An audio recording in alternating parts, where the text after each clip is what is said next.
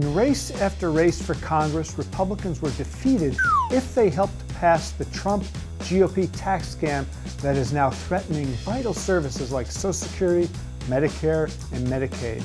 In other words, the snake oil's not selling anymore, folks. Remember last December after the GOP passed its massive tax giveaway?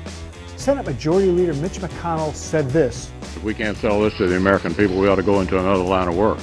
Well, guess what, Mitch? The American people from Maine to California and from Wisconsin to Texas just told House Republicans to polish up their resumes and find new jobs.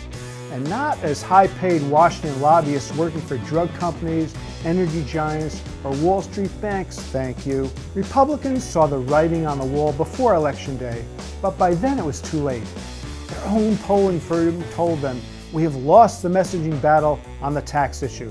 That's because by 2-to-1, voters said the law benefits large corporations and rich Americans over middle-class families. So instead of crowing about their big tax cut giveaway to rich CEOs and their corporations like they originally planned to do, GOP candidates tried to hide their handiwork. They barely mentioned the Trump GOP tax scam in their campaign ads, even though taxes was the focus of 1/3 of their ads. Meanwhile, activists like you and me and Democrats running for Congress, we were telling voters the truth. Republicans plan to pay for their tax cut handouts to the wealthy and powerful with cuts to services working families rely on.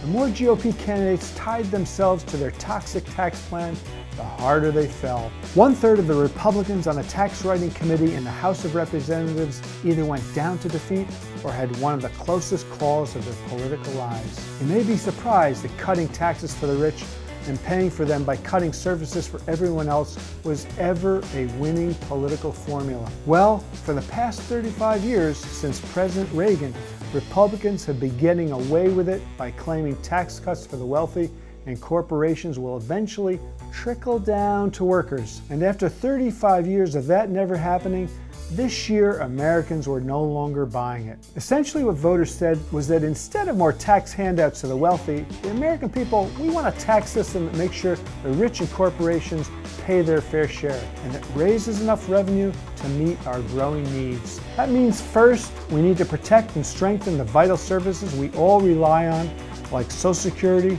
Medicare, and Medicaid. But second, we need a whole lot more revenue to fix roads and bridges, expand access to health care, secure our retirements, and improve education. In other words, we need to put a lot more resources into American families and communities, not more money into the pockets of billionaires. Republican candidates learned that lesson the hard way. Now it's time for the Democrats who've taken over the House of Representatives to show they got the message too.